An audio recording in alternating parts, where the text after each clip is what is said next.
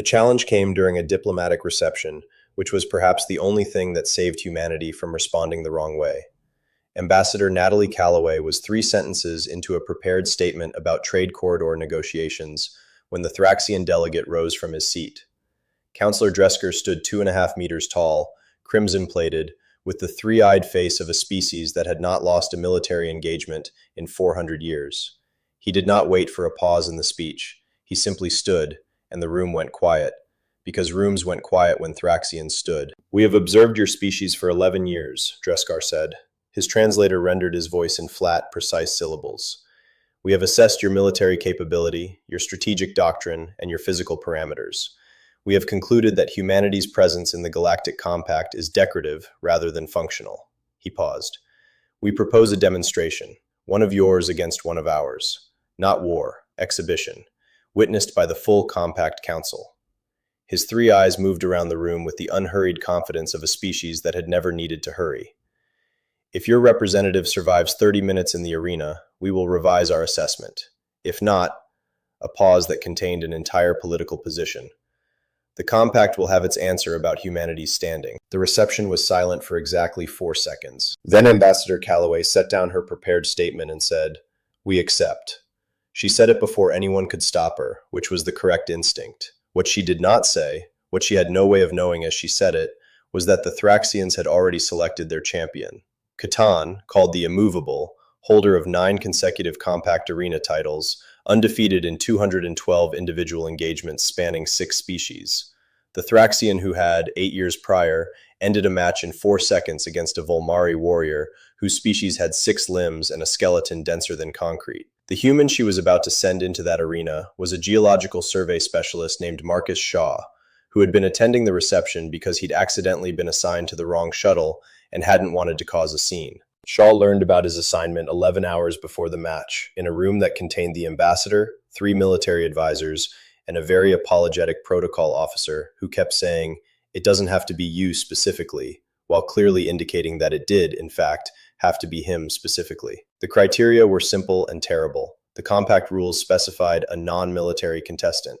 Shaw was the only non-military human on the station who had any documented combat training, a mandatory 2-year defensive service requirement that he had completed 11 years ago and not thought about since. "You spent 8 months training in close quarters engagement," said Colonel Elena Harrow, the mission's senior military advisor.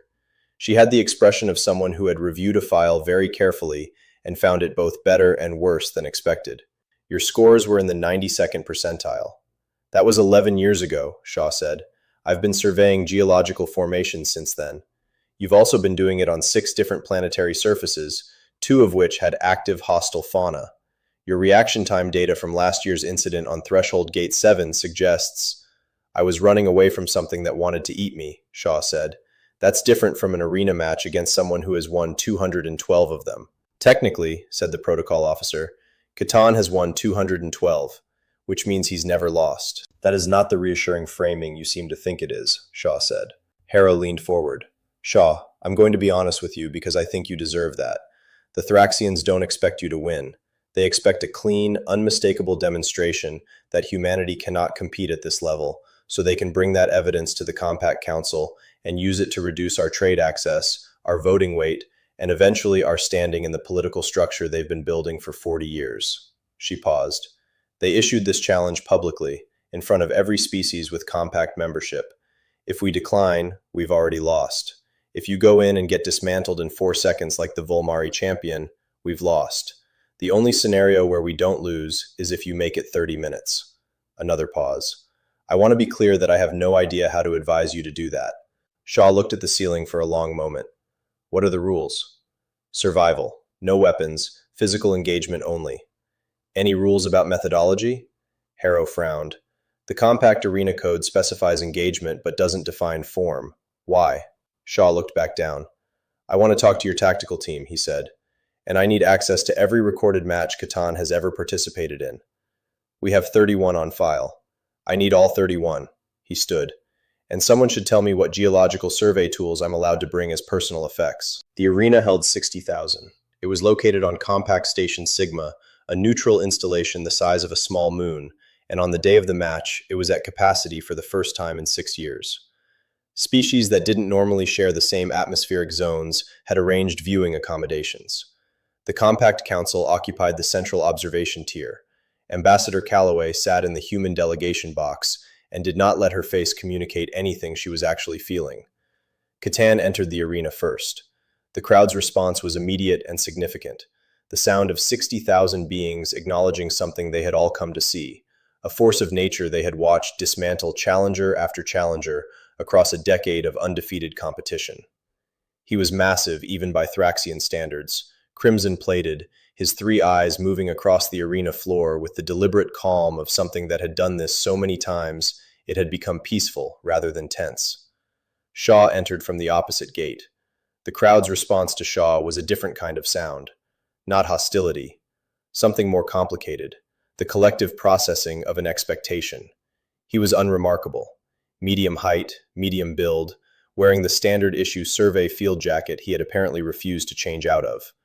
He had a small equipment case in one hand that the arena officials had inspected and cleared.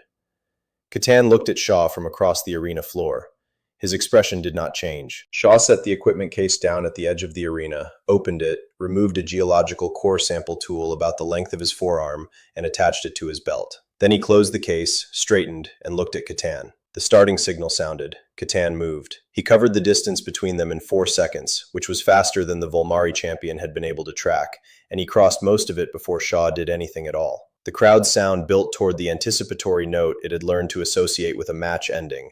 60,000 beings who knew what 4 seconds usually meant. Shaw moved sideways, not back. Sideways and down and under the sweep of Catan's primary limb, which passed through the space where his head had been with a sound like displaced air. Shaw came up 2 meters to Catan's left, already moving again before Catan had completed his follow-through, and the crowd's anticipatory note changed pitch. Not over, not finished. Catan turned and assessed. This had happened before. Opponents who were quick enough to avoid the first contact. It changed the duration of the match, not the outcome. He advanced again, more measured this time, angles closed, and Shaw moved again, and again, and again. The first 10 minutes of the match were, to the crowd's growing confusion, not a fight. They were a chase. Shaw moved continuously, not randomly, but with a deliberateness that became apparent only gradually, a pattern of angles and distances that the 60,000 spectators were not positioned to recognize, but that Councillor Dresgar, watching from the Thraxian delegation box, began to understand at the 7-minute mark. Shaw was studying Catan's left side. He was staying there. Every evasion, every redirect, every position change brought him back to Catan's left, slightly below the shoulder joint, outside the primary strike range. And he was watching. Not the center of Catan's body, not the eyes, not the obvious threat signals, the left shoulder. Every time. At the 11-minute mark, Dresgar leaned forward in his seat. At the 12-minute mark, Shaw stopped running. Quick pause. If this story has you hooked, subscribe now and hit the bell. Now, back to it. He stopped, turned, and let Catan come to him. The crowd went quiet in a way it hadn't been quiet before. Not the silence of awaiting an ending, the silence of not understanding what it was looking at. Catan struck. Shaw moved inside the strike rather than away from it, closer than logic suggested, close enough that Catan's arm passed over his shoulder, and he applied leverage to the left shoulder joint at a very specific angle for exactly 3 seconds before Catan's greater mass reasserted itself and threw him clear. Shaw hit the floor, rolled, came up. He was breathing harder now. There was a mark on his left arm from the throw that would bruise badly by morning.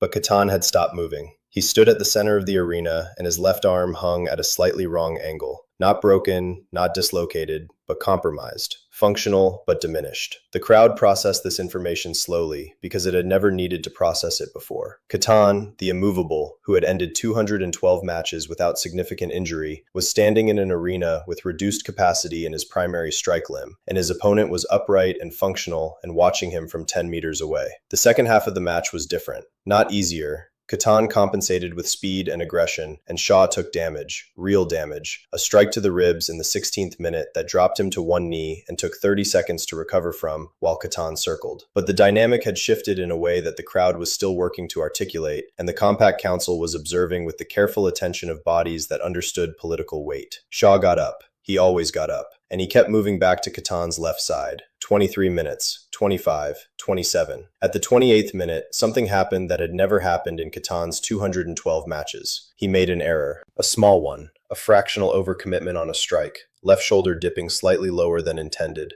The compensation for the joint compromise finally visible in his movement. Shaw was already there. He had been waiting in the left side for 17 minutes, and he was already there when Catan's shoulder dipped, and the leverage he applied this time was different, more, and at a different angle, and Catan went down. He went down and came back up in 2 seconds, which was extraordinary, but the shoulder was genuinely compromised now, and the arena was completely silent. At 30 minutes, the signal sounded. The silence lasted for 6 full seconds after it.